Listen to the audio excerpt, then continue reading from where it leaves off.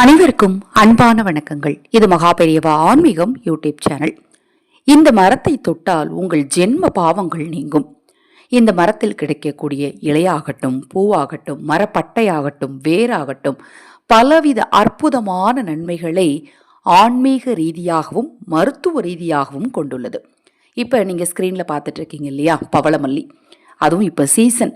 நிறைய பேர் வீட்டில் கண்டிப்பாக இருக்கும். ஆனால் இதனுடைய மகத்துவம் தெரியாமல் இந்த பூக்கள் நம்மளுக்கு கையில் கிடைச்சா கிடைக்கிற பூக்களை மட்டும் போடுறோம். ஏன்னா நீங்கள் எவ்வளோ தூரம் பார்த்து இருந்தாலும் நீங்கள் நைட்டு பார்க்கும்போது செடியில் பூவே இல்லாத மாதிரி இருக்கும். ஆனால் நீங்கள் காலையில் பார்க்கும்போது பூ ஃபுல்லாக மலர்ந்து பூமியில் விழுந்துடும்.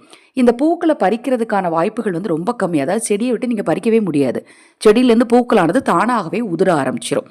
இப்படி பூக்களை பெறுவதற்காக என்ன செய்வாங்க ஒரு சிலர்னு பார்த்தீங்கன்னா, இந்த செடிக்கு கீழே ஏதாவது தார்பாய் விரித்து வச்சுருவாங்க அல்லது துணி விரித்து வச்சுருவாங்க.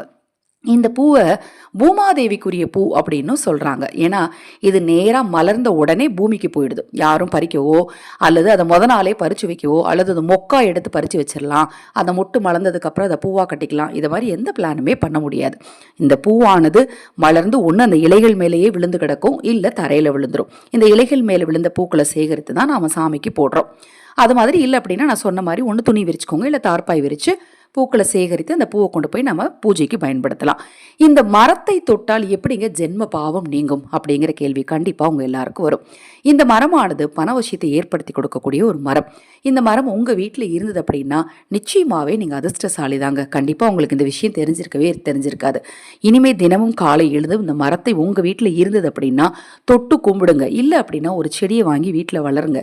இல்லைங்க என்னால் இதை வளர்த்துறதுக்கான இடவசதி இல்லை, நானே வாடகை வீட்டில் குடியிருக்கேன் அப்படிங்கிறவங்க இந்த செடியை வாங்கி உங்கள் வீட்டுக்கு பக்கத்தில் இருக்கக்கூடிய பெருமாள் கோவிலுக்கு தானமாக கொடுத்துருங்க. இந்த மரத்துடைய வேர் பகுதியில் ஹனுமன் எல்லா நேரமும் 24 மணி நேரமும் இந்த மரத்தோட வேர் பகுதியில் இருந்து மந்திரம், ஹனுமனே இந்த வேர் பகுதியில் இருந்து மந்திரம் சொல்லிட்டு இருக்கார் அப்படின்னு சொல்லப்படுதுங்க. அப்படி ஒரு அதிசக்தி வாய்ந்த மரம் இது. இப்போ நாமளே ஒரு மந்திரம் சொல்கிறோம். அந்த இடம் நம்ம மந்திரம் சொல்லும்போது என்ன சொல்கிறோம்? நம்ம மந்திரம் சொல்லக்கூடிய இடம் நேர்மறை ஆற்றல் சக்தி நிறைந்திருக்கும். நாம் மந்திரம் சொல்லும்போது நமக்குள்ள தெய்வ சக்தி அதிகமாகும். நாம் மந்திரம் சொல்லும்போது நம்முடைய பாவம் நீங்கும், நம்மளுடைய தேவைகள் பூர்த்தியாகும். இதற்காகத்தான் நம்ம மந்திர வழிபாடுகள் செய்கிறோம். ஹனுமனே மந்திரம் சொல்கிறார் அப்படின்னா அது இந்த மரத்தோட வேர் பகுதியில் இருந்து தான் அப்படின்னு சொல்லப்பட்டிருக்கு. அப்போ எவ்வளோ சக்தி வாய்ந்தது இந்த மரத்தோட வேர் உங்களுக்கு கிடைச்சது அப்படின்னா இந்த வேரை நீங்கள் எப்போவுமே உங்கள் பாக்கெட்டில் வச்சுக்கலாம், பூஜையில் வைக்கலாம், பீரோலில் வைக்கலாம். அதுவும் மன ரீதியான குழப்பத்தில் இருக்கவங்க இந்த வேரை தலைக்கு அடியில், தலைமாட்டில், அதாவது தலைமானிக்கு அடியில் வச்சு தூங்குனாங்கன்னா அவங்களுடைய மனமானது அமைதி பெறுங்க. அப்படி ஒரு அற்புதமான மரங்க இந்த மரம். இந்த மரம் உங்கள் வீட்டில் இருந்தால் இப்போ நான் சொன்ன சூட்சுமங்களை கடைப்பிடிங்க. பூக்களை பறித்து சாமிக்கு போடுங்க. எல்லா சாமிக்கும் போடுறதுக்கு உகந்த பூ தான் இந்த பவளமல்லி பூ. வேர் கிடச்சிச்சுன்னா வேற இப்போ நான் சொன்ன முறைப்படி பயன்படுத்துங்க. இப்போ நான் சொன்ன பதிவில் உங்களுக்கு ஏதாவது சந்தேகம் இருந்தாலும் அக்ஷய பாத்திரம் உணவளிக்கும் திட்டத்தின் மூலம் ஆதரவற்றவர்களுக்கு உணவளிக்க விரும்பினாலும் வருகிற தீபாவளி திருநாளில் ஆதரவற்ற குழந்தைகளுக்கும் முதியவர்களுக்கும் உணவு தானம், உடை தானம், இனிப்பு தானம் செய்ய விரும்பினாலும் 9344692042 இந்த வாட்ஸ்அப் எண்ணுக்கு தொடர்பு கொள்ளுங்க. தொடர்ந்து நம்ம சேனலை பாருங்க. இன்னும் எண்ணற்ற பதிவுகள் தொடர்ந்து வர காத்திருக்கு.